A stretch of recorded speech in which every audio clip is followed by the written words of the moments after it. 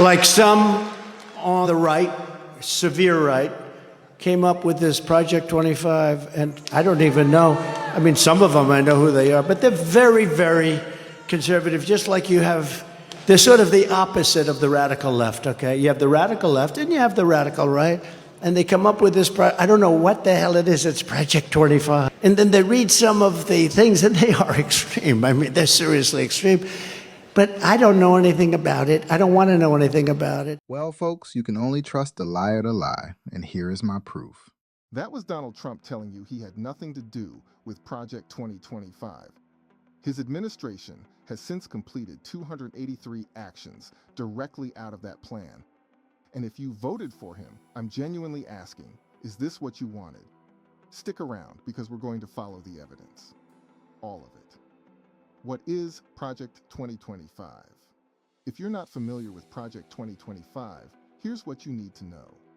It's a 900-page policy blueprint written by the Heritage Foundation, a think tank with direct ties to the Trump administration.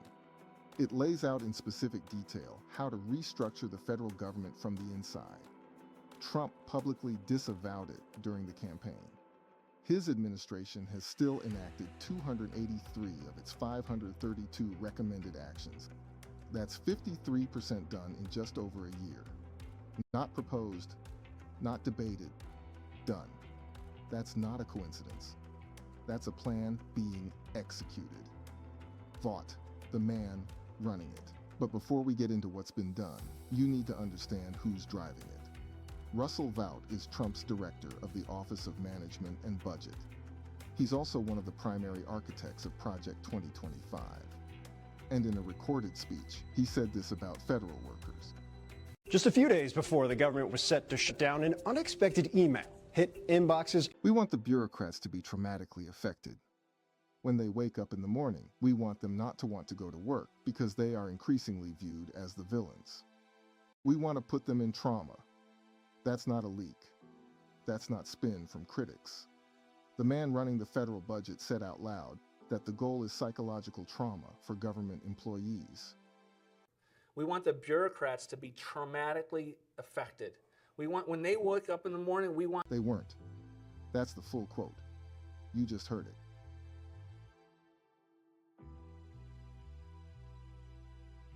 So when you see agencies being gutted and watchdogs being fired, ask yourself, is this really about saving money? Or is it about something else? If this is the kind of story you think more people need to hear, hit subscribe. There's a lot more to cover. Day 5, let's follow the evidence. And we're going to start with the move they made on day 5, before most people even noticed. On January 24th, 2025, 4 days after the inauguration, a series of emails went out late on a Friday night. 2 sentences each. No explanation, no prior notice.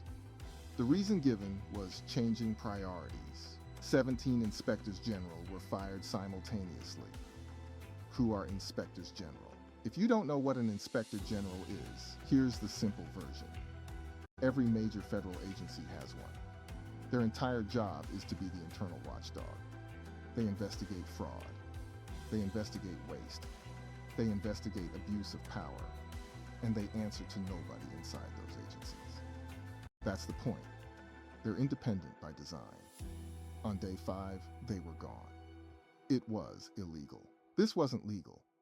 Federal law requires the president to give Congress 30 days notice before removing an inspector general, along with a detailed explanation for why.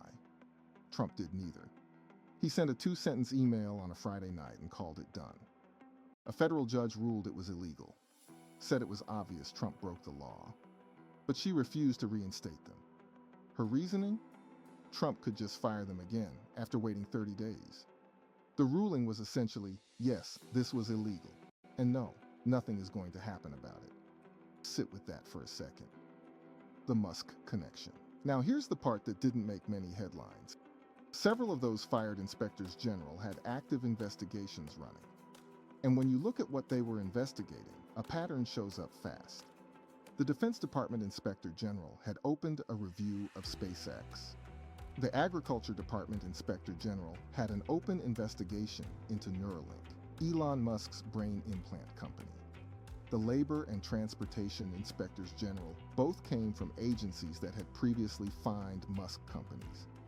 Elon Musk, who Trump appointed to run DOGE. The team doing the firing.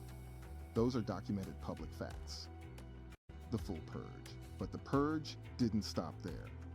That same week, Trump fired the head of the Office of Government Ethics and the head of the Office of Special Counsel. One oversees White House ethics rules. The other protects whistleblowers. Both gone. Same week. Then they defunded the coordinating body for all Inspector General offices across the government. Whistleblower reporting portals went dark, and agencies were directed not to cooperate with the Government Accountability Office. That's Congress's own watchdog. The summary. So here's what happened in the first week. The internal watchdogs were fired illegally. The ethics office was dismantled. Whistleblower protections were cut, and agencies were told to stop talking to Congress's oversight body. The numbers. Here's where the numbers tell the whole story. The fired inspectors general had already recovered over $50 billion in fiscal year 2024 alone through active investigations and audits. A Senate report put the potential savings from their open recommendations at $175 billion. That's potential, not guaranteed. But those investigations are now dead. Nobody is finishing that work. The watchdogs went first. Before any program was cut, before any spending was reviewed. Ask yourself why. The DOGE reality. Because here's what replaced them. DOGE came in claiming to save trillions, then billions. The number kept changing. Independent journalists and news organizations went through the actual federal contracting data line by line. What they could actually verify? Around $1.4 billion in real savings. Not billions, not trillions. $1.4 billion. They fired the people finding $50 billion a year in real waste. They replaced them with a team that couldn't back up its own numbers. That's not efficiency. That's the appearance of efficiency while the actual oversight gets buried permanently. Closing. The plan was never hidden. It was 900 pages published online. Trump said he didn't know it. His administration did 283 things in it, and nobody who wrote it has been held accountable for a single one. So I'll ask again, if you voted for him, are you happy with these results?